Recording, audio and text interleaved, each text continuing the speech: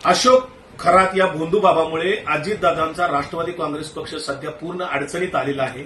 सुनील तटकरे आणि रुपाली चाकणकर यांच्यामुळे बदनाम झालेला आहे.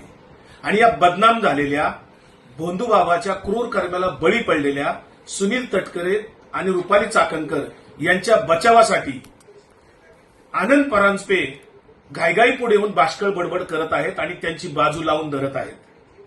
मात्र हेच आनंद परांजपे अजितदादांच्या घातपाताच्या संदर्भात एकदाही पुढे येऊन बोलायला तयार झाले नाहीत.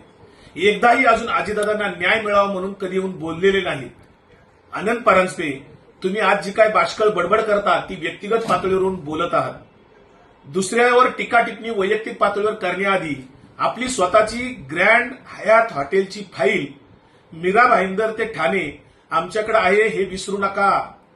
ती फाईल काढायला लावू नका, नाहीतर तिसरं प्रकरण उभं राहायचं महाराष्ट्रात आणखी.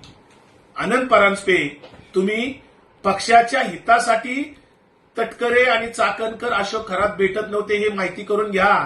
ते पक्ष कार्य करत नव्हते, त्यांचे वैयक्तिक काही हितसंबंध व्यवहार सुरू होते. त्यामुळं त्यांच्या वैयक्तिक कार्याची प्रवक्ता म्हणून बाजू मांडू नका.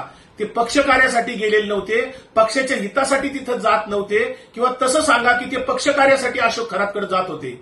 त्यामुळे अशोक खरातच्या विश्वस्त असलेल्या रुपाली चाकणकर आणि त्यांच्या मदतीला असलेले सुनील तटकरे हे सह आरोपी ठरतात कायद्याने. आम्ही वैयक्तिक टीका करत नाही, परंतु जे काही महाराष्ट्रापुढे चित्र आहे ते वास्तव आहे, ते तुम्ही झाकवू शकत नाही. आनंद परांजपे, बाष्कळ बडबड बंद करा.